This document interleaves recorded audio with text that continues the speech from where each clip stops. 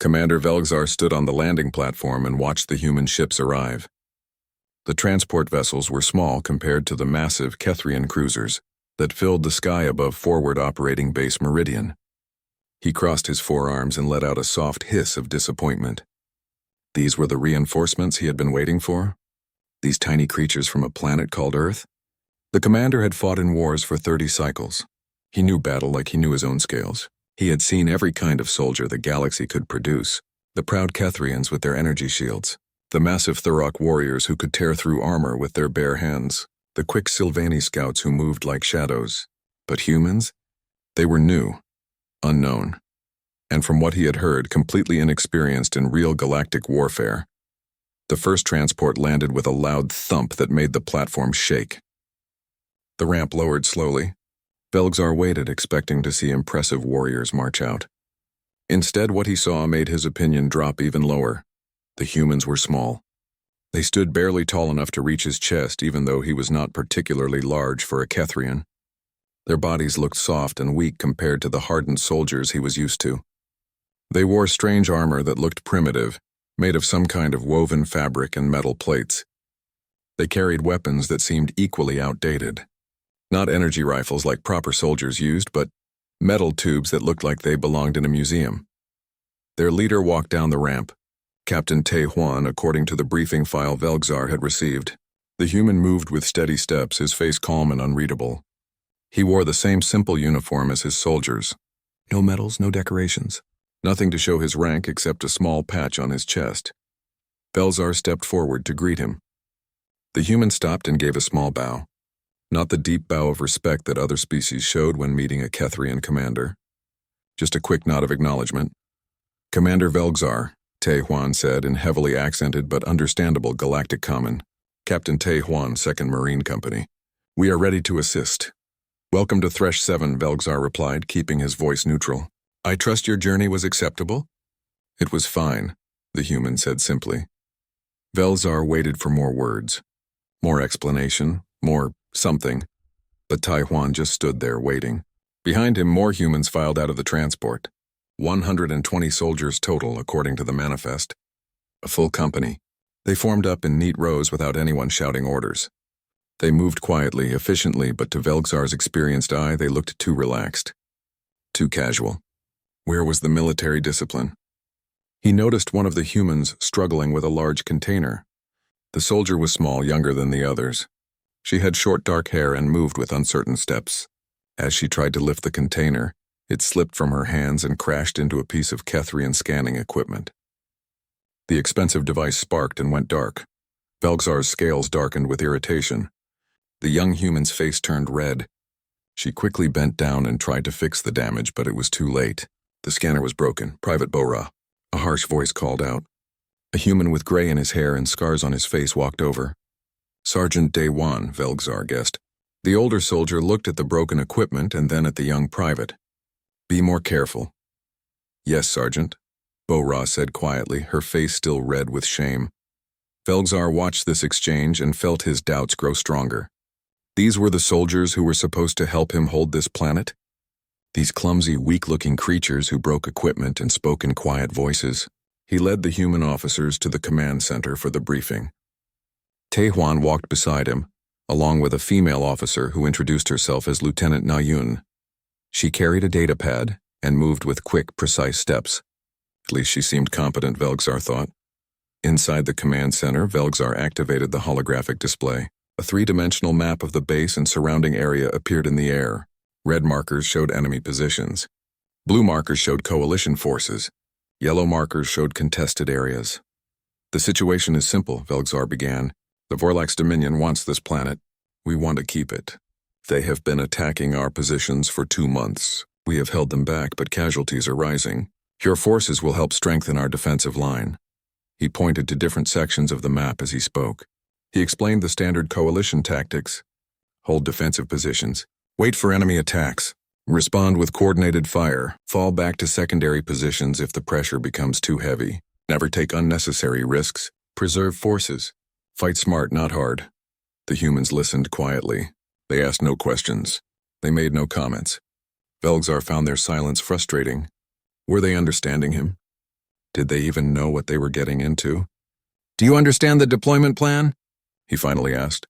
"Yes, Commander," Lieutenant Nayun replied. "May we have access to your intelligence reports and terrain mapping?" At least they were thinking ahead. Velzar transferred the files to her data pad. She began reading immediately, her eyes moving quickly across the screen. "What is your combat doctrine?" Velzar asked, curious despite himself. "How do human forces typically engage the enemy?" Taiwan looked up from the map. His expression remained calm and neutral. "We adapt to circumstances, Commander. Each battle is different. We respond as needed." Velzar felt a flash of annoyance. That was not an answer. That was vague nonsense that meant nothing. Every soldier adapted to circumstances. That was not a doctrine. That was not a plan. It was just improvisation, chaos, the opposite of proper military thinking. "I see," he said, not seeing at all. "Well, you will be assigned to Sector 7. It is on the western edge of our perimeter. The Vorlax rarely attack there. It should be a quiet position. Suitable for your first deployment." He did not say the rest of what he was thinking. That he was putting them there because he did not trust them in more important positions. That Sector 7 was where he put forces he did not expect to perform well. That if the humans failed there, it would not cost him the battle. Taiwan simply nodded. "Understood, Commander. We will move to Sector 7 immediately." The briefing ended. The humans left to set up their positions. Velzar watched them go and shook his head. He had requested experienced reinforcements. Instead, Command had sent him these strange little creatures with their primitive weapons and their vague tactical doctrine. He returned to his duties, pushing thoughts of the humans aside. They would probably sit in Sector 7 for weeks without seeing any real action. That was fine with him. Let them get used to military life. Let them learn what real war looked like. Maybe after a few months of quiet guard duty, they would be ready for actual combat. That night, Velzar reviewed the reports from across the base. Everything was normal. The enemy was quiet. His forces were ready.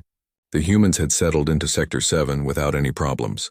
One of his officers had noted that the humans had set up their positions differently than standard coalition protocols, but nothing that seemed dangerous. Velzar approved the report and closed the file.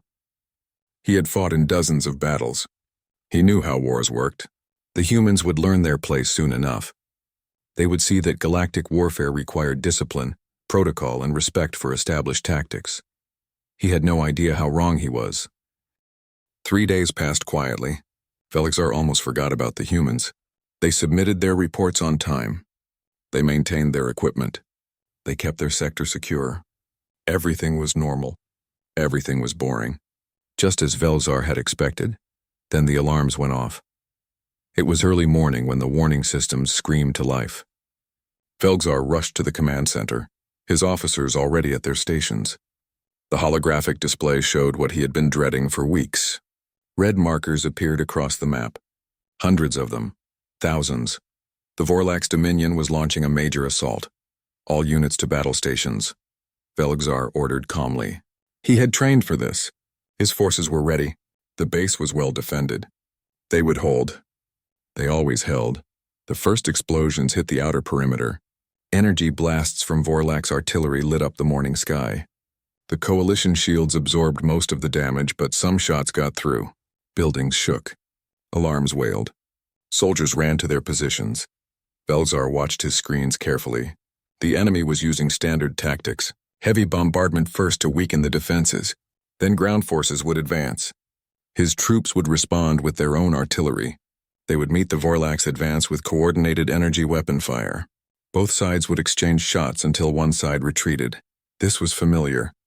This was how galactic warfare worked. Predictable, controlled, professional. Enemy ground forces approaching, an officer reported. Multiple columns advancing on eastern and northern sectors. Return fire, Velzar ordered. All units maintained defensive positions. The coalition forces responded perfectly. Energy weapons fired in coordinated volleys. Artillery struck enemy formations. Everything was going according to plan. The Vorlax were strong, but they were not stronger than a well-defended position. Then the eastern defenses began to crack. The Vorlax concentrated their fire on one point. A weakness in the shields. A gap between two defensive positions. They poured soldiers into that gap like water through a broken dam. The Kethrian forces fought hard, but they were being pushed back. Eastern sector requesting support, an officer called out. They cannot hold their position. Velgzar studied the map. The situation was bad, but not terrible. This happened in battles. You held where you could. You fell back where you must. You preserved your forces and fought another day. Order Eastern sector to retreat to secondary positions, he commanded. Northern and Southern sectors will extend their lines to cover the gap. His orders were acknowledged. The Eastern forces began their withdrawal. It was orderly, professional, exactly as they had trained. The Vorlax pushed forward, but not too quickly. They were also following standard tactics. Take ground slowly. Consolidate positions. Advance again.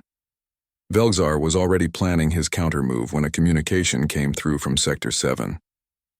The quiet sector. The human sector. Commander. Lieutenant Nayun's voice was calm and clear. Sector 7 reporting enemy contact. We request permission to advance. Velgzar blinked in confusion. Advance? Why would they advance? They were supposed to hold their position. That was what defensive lines did. They defended. Negative, Velgzar said automatically. Maintain defensive position. We are coordinating a general withdrawal to secondary. We see an opportunity. Nayun interrupted. The enemy is focusing on the eastern breach. Their western flank is exposed. We can hit them from the side. Velgzar stared at his communication device. Was she serious? A flanking attack? During a defensive operation? That was not how this worked. That was not coalition doctrine. That was reckless and dangerous and... Another explosion rocked the command center. Alarms screamed louder. The eastern sector was collapsing faster than he thought. Permission granted, Velgzar said quickly, his mind too busy with the crisis to argue. Just do what you can. He cut the communication and returned his attention to the eastern sector. The humans were a minor concern. Let them try their aggressive tactics if they wanted. They would learn quickly that real war required discipline, not heroics. 5 minutes later, Velgzar heard sounds that should not exist on a galactic battlefield.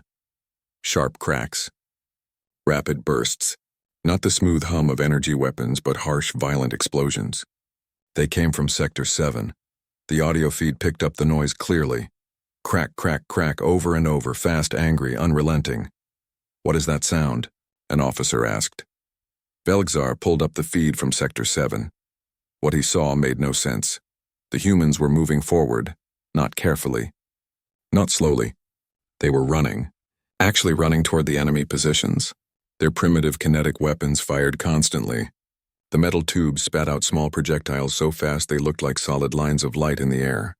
Vorlax soldiers fell, not from precise energy weapon hits. They fell in groups cut down by streams of bullets. The humans moved in small teams. One group fired while another rushed forward. Then the first group moved while the second group covered them. It was coordinated but also chaotic, controlled but also wild. Velgzar watched Sergeant Daywan lead his squad through a gap in the rocks. The old soldier moved like he had done this 1,000 times. His weapon never stopped firing. Behind him, Private Bora followed, no longer clumsy or uncertain. She moved with the same aggressive confidence as her sergeant. They are attacking, an officer said, stating the obvious. They are supposed to be defending, another officer added. Velgzar said nothing. He just watched. The tactical part of his brain was trying to understand what he was seeing. The humans were not following any doctrine he recognized. They were not using standard formations. They were not coordinating with other coalition units. They were just attacking, and somehow it was working. The Vorlax forces on the western flank had been advancing smoothly, expecting no resistance from that quiet sector. Now they were in chaos. The human attack had caught them completely by surprise. Their neat formations broke apart. Soldiers scattered to find cover. Officers tried to reorganize their units, but the humans did not give them time. They kept pushing forward, kept firing, kept moving. There were only 120 of them, but they fought like they were 1,000. The sound of their weapons was constant. The stream of projectiles never stopped. Velgzar pulled up the casualty reports from Sector 7. The numbers shocked him. The humans had suffered almost no losses. Meanwhile, the Vorlax western flank was falling apart. Commander, Nayun's voice came through again. Enemy western formation is breaking. They are pulling forces from the eastern assault to reinforce. You should have reduced pressure on your positions in approximately 2 minutes. Veldzar looked at the map. She was right. The enemy was repositioning. The pressure on the eastern sector was already decreasing. The Vorlax were reacting to the unexpected human assault. They were pulling forces away from their main attack to deal with this new threat. The humans had changed the entire battle with a single aggressive move. "Hold your position," Veldzar said to Nayun, then realized how stupid that sounded. The humans were not holding anything. They were attacking. Continue your assault. We will support you." "Understood, Commander," Nayun replied calmly, like she was discussing the weather. Veldzar watched the battle unfold with new eyes. He had thought the humans were inexperienced, undisciplined, weak, but what he was seeing was not weakness. It was something else entirely, something he had never encountered before. It was fury. Veldzar could not look away from the screens. The battle had been going on for 2 hours now, and the humans showed no signs of slowing down. If anything, they were moving faster, fighting harder. The sound of their weapons had become the dominant noise across the entire battlefield. Captain Te Huan stood in the middle of the chaos like a rock in a storm. Veldzar watched him through the combat feed. The human captain moved calmly from position to position, directing his soldiers with quiet words and small hand signals. He did not shout. He did not panic. He simply fought. His rifle fired in short, controlled bursts. Each burst hit its target. Vorlax soldiers fell. Te Huan moved to the next target. Fired again. Moved again. It was efficient, mechanical, terrifying in its calm precision. Behind him, his soldiers followed his example. They did not charge forward wildly. They advanced in coordinated movements, small teams working together. One group fired while another moved. They covered each other, protected each other. It looked chaotic to Veldzar's eyes, but he was beginning to understand it was not chaos at all. It was a different kind of order, a human kind of order. Sergeant Day Wan's voice came over the tactical channel. He was laughing, actually laughing as he fought. "Second squad, push through that gap," Day Wan called out. "Third squad, cover them. Let's show these Vorlax what real soldiers look like." Veldzar watched the sergeant lead his squad around a Vorlax position. The enemy had taken cover behind a barricade. They were firing at the main human advance. They did not see Day Wan's squad coming from the side until it was too late.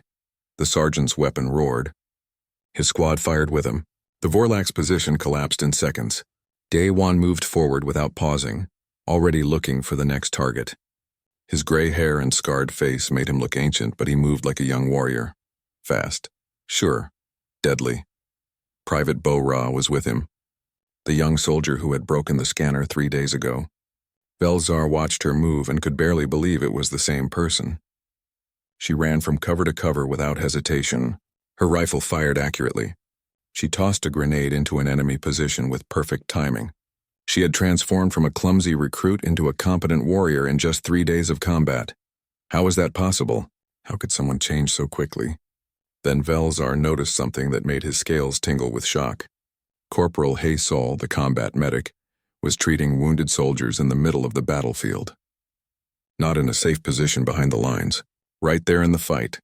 3 coalition soldiers from another unit had been caught in the crossfire when the lines shifted. They had fallen in an exposed area. Other units had tried to reach them but been driven back by heavy fire. Now they lay there bleeding, waiting to die. He Sol simply walked out to them. Walked, not ran, not crawled. She walked calmly through the gunfire like she was taking a stroll in a garden. Bullets hit the ground around her. Energy blasts scorched the air. She did not flinch. She reached the first wounded soldier, a Kethrian like Veldzar. She knelt beside him and began working. Her hands moved quickly, efficiently. She applied bandages, injected medicine, all while bullets continued to crack past her head. Then she picked up her rifle with one hand and fired 3 shots. 3 Vorlax soldiers who had been taking aim at her position fell. She set the rifle down and returned to treating the wounded soldier. 5 seconds later, she picked up the rifle again and fired 2 more shots. 2 more enemies fell. She saved the first soldier's life while simultaneously providing covering fire. Then she moved to the second wounded soldier. Then the third. By the time she finished, all 3 were stable. She helped them to their feet and guided them back to safety. Still calm, still efficient. Who are these people? An officer whispered beside Velgzar. Velgzar had no answer. He was asking himself the same question. Lieutenant Nayun's voice came over the command channel. She was still coordinating the assault.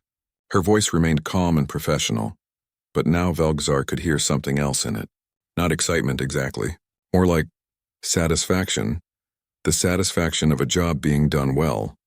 "Commander Velgzar," she said, "enemy is pulling back from our sector. They are attempting to form a defensive line 300 meters north of our position. I am sending you coordinates for an artillery strike. If you hit those coordinates in the next 90 seconds, we can collapse their entire western formation." Velgzar looked at the coordinates she sent. She was right. How did she know? How could she predict enemy movements so accurately? He had 30 cycles of experience, and she had been fighting for less than 3 hours, but her tactical analysis was perfect. "Artillery strike confirmed," Velgzar said. "All batteries target coordinates provided by human sector. Fire on my command." The coalition artillery fired. The shells hit exactly where Nayun had predicted. The Vorlax defensive line exploded before it could even form. Enemy soldiers scattered in panic. The organized retreat became a rout, and the humans pressed forward. Always forward. Never stopping. Never slowing down. Velgzar watched Tai Huan lead his company through the broken enemy lines. The humans moved like water flowing downhill, finding every gap, exploiting every weakness. They fought with a combination of discipline and aggression that should not be possible. Those two things should be opposites, but somehow the humans made them work together. The Vorlax forces were professional soldiers. They had fought in many battles. They were larger than humans, stronger than humans, equipped with better technology. But they were breaking. The human assault was too fast, too aggressive, too relentless. They could not adapt to it. Velgzar thought about his initial assessment of the humans. Small, weak, primitive, undisciplined. He had been wrong about every single thing. They were not weak. They were efficient. They were not primitive. They were practical. They were not undisciplined. They were flexible. And they were absolutely terrifying when they fought. 3 hours into the battle, the Vorlax began a full withdrawal. Not just from the western sector, from the entire base. Their assault had failed. What should have been a victory for them had turned into a disaster. All because of one company of human soldiers. The coalition forces cheered. They had held. They had won. Officers congratulated each other. Soldiers celebrated their survival. Velgzar looked at the human sector. Captain Tai Huan was gathering his company. They were not cheering. They were not celebrating. They were simply checking their equipment, treating their wounded, and preparing for the next fight. Like this was normal. Like fighting off a major enemy assault was just another day of work. Sergeant Day Wan was laughing with his squad. Private Bo Ra was carefully cleaning her rifle. Corporal Haysal was still treating wounded soldiers from other units.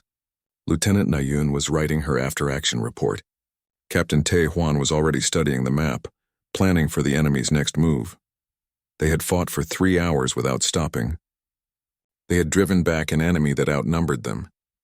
They had changed the entire course of the battle, and now they were just moving on, like it was nothing special. Velgzar realized something that chilled his blood. This was not special to them. This was normal. This was how humans fought. Every battle. Every time he had witnessed human fury, and he understood now why the galaxy should be very, very grateful that humans had chosen to be friends, because if they had chosen to be enemies, the galaxy would not stand a chance. The battlefield was quiet now. The enemy had retreated. The dead had been collected. The wounded had been treated. Fob Meridian stood secure, but Velgzar felt anything but secure. His understanding of warfare had been shaken to its core. He walked through the human sector the next morning. He had to see it for himself. Had to understand what had happened. The area should have been destroyed. The humans had fought in positions that no commander would consider defensible. Yet here it was, damaged but intact. Craters marked where enemy artillery had landed. Scorch marks showed where energy weapons had hit. Broken equipment lay scattered across the ground.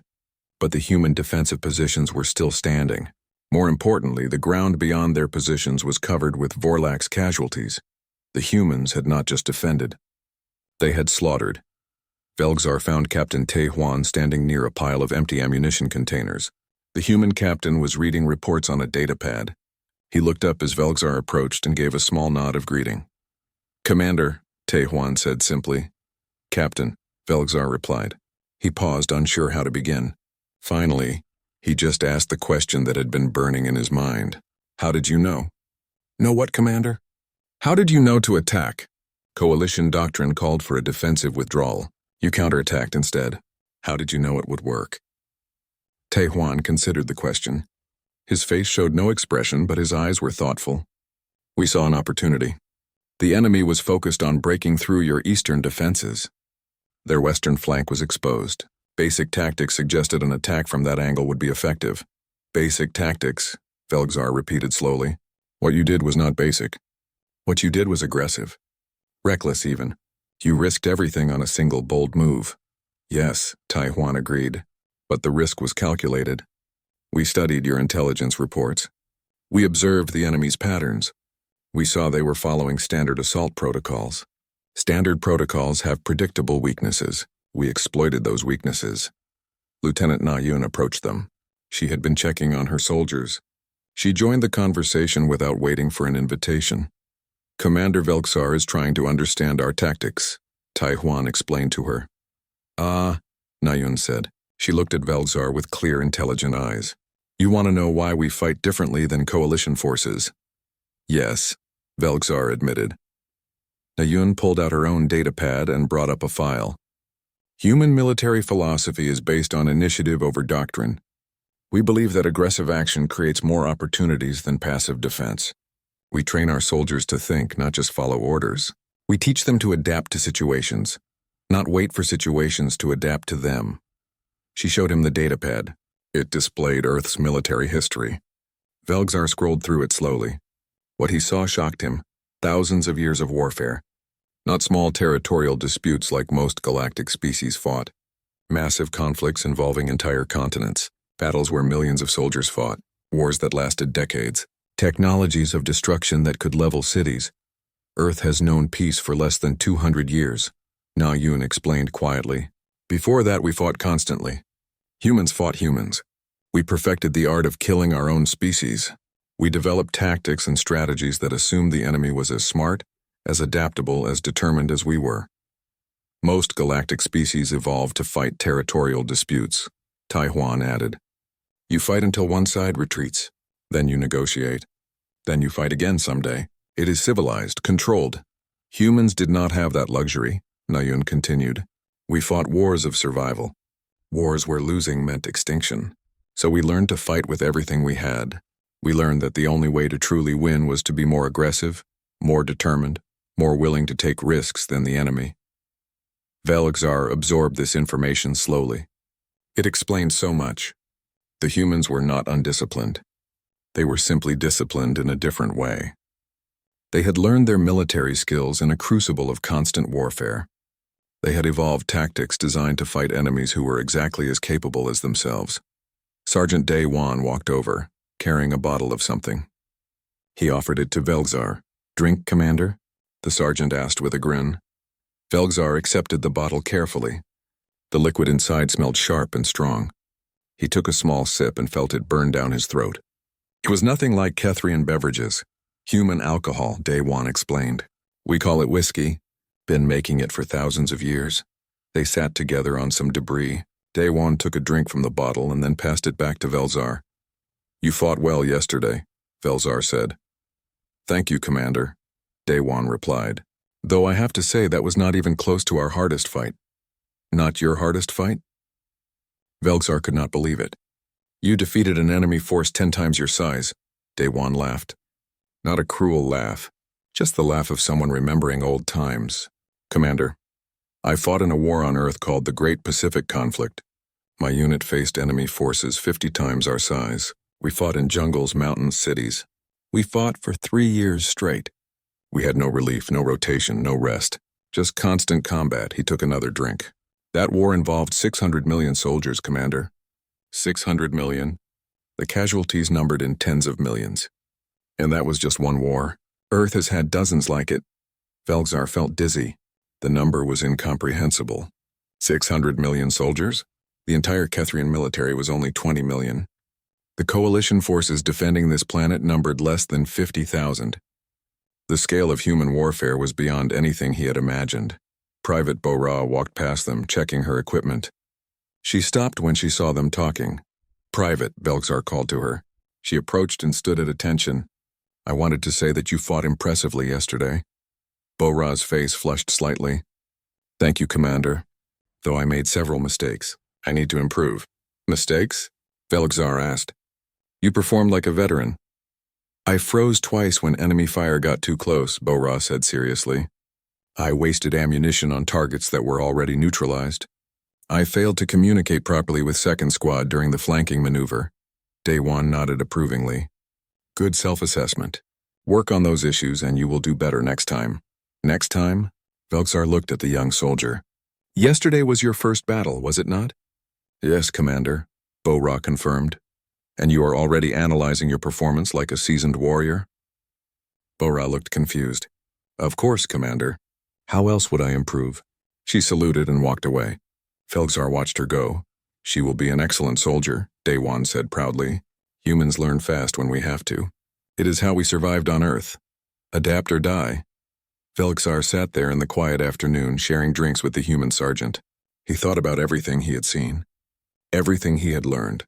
The humans were not just good soldiers. They were a species that had been forged in fire. They had survived thousands of years of constant warfare and emerged from it with skills and determination that other species could barely comprehend. And now they had chosen to join the galactic community. They had chosen peace. They had chosen cooperation. But if someone threatened their allies, they would unleash the same fury they had shown yesterday. The same fury that had been refined over thousands of years of human conflict. Belxar was very grateful they had chosen to be friends. 2 weeks had passed since the battle. The Vorlax Dominion had not attacked again. In fact, they had opened peace negotiations. They claimed it was because of changing political situations. But Velzar knew the truth. They were afraid of facing the humans again. He sat in his office writing his final report to Coalition Command. This was the most important document he had ever written. His words would shape how the Coalition viewed humanity for years to come. He wrote carefully, choosing each word with precision. He described the battle. He explained the human tactics. He detailed their effectiveness, and then he made his recommendation.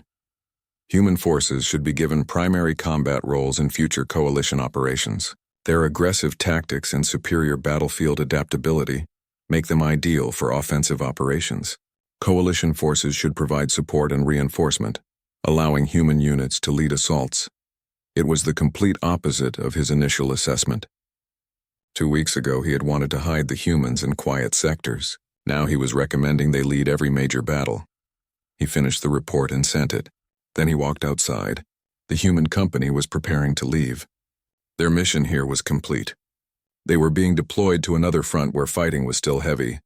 Velxar watched them pack their equipment. They worked with the same quiet efficiency they showed in everything. No wasted movements. No unnecessary conversation. Just professional soldiers doing their job. What he had once seen as undisciplined, he now recognized as confident competence. They did not need to shout orders because everyone knew what to do. They did not need rigid formations because they trusted each other to maintain proper spacing. They did not need constant supervision because they were all trained to think independently. Captain Tai Huan approached him.